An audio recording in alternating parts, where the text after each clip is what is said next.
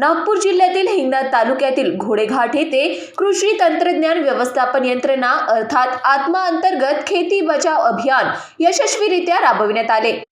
या अभियानाच्या माध्यमातून शेतकऱ्यांना आधुनिक शेती तंत्रज्ञान, पीक संरक्षण, नैसर्गिक संसाधनांचा योग्य वापर तसेच विविध कृषी योजनांची सविस्तर माहिती देण्यात आली। कार्यक्रमाला नागपूर विभागाचे डी.बी. येडे, तालुका कृषी अधिकारी सरनाईक, हिंगणा फार्मर कपचे मेंटर गुलाले तसेच कृषी सहाय्यक धराडे उपस्थित होते। यावेळी अधिकाऱ्यांनी शेतकऱ्यांशी थेट संवाद साधत पीक व्यवस्थापन, रोग व कीड नियंत्रण, हवामान बदलाच्या आव्हानांवर मात आणि शाश्वत शेतीच्या उपाययोजनांबाबत मार्गदर्शन केले।